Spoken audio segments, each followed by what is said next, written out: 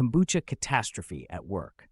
So I work in a pretty normal office, open concept, lots of passive-aggressive emails about the communal fridge, the usual.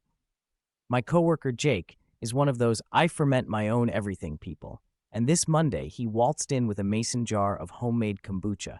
He insisted it was his best batch yet and set it in the break room for everyone to try. At first, I just thought, great, time to pretend I know what a SCOBY is, but then things got fizzy.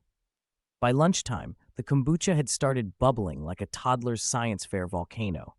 People would walk by and poke at the jar with pens, and someone, probably from HR, slapped a sticky note on it that said biohazard.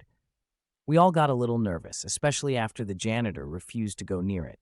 At 2 p.m., our boss, Linda, marched in, took one look, and without missing a beat declared, "Nobody touch that until I get back." 20 minutes later, she returned with a box of disposable lab coats and with a straight face announced, "If we're experimenting, we're doing it safely." So there we were, 7 grown adults in a windowless break room, wearing lab coats and goggles, standing in a circle around a jar of increasingly aggressive kombucha. Jake was giving a TED talk about the microbiome, and someone else was passing around plastic spoons like we were about to taste test nuclear waste. The bubbling had gotten so intense that we considered calling building maintenance, but Linda just yelled, "Science requires sacrifice," and poked the jar with a ruler. In the end, no one actually drank the kombucha, but we did get an all-staff email reminding us that lab coats are for actual labs, not the kitchenette.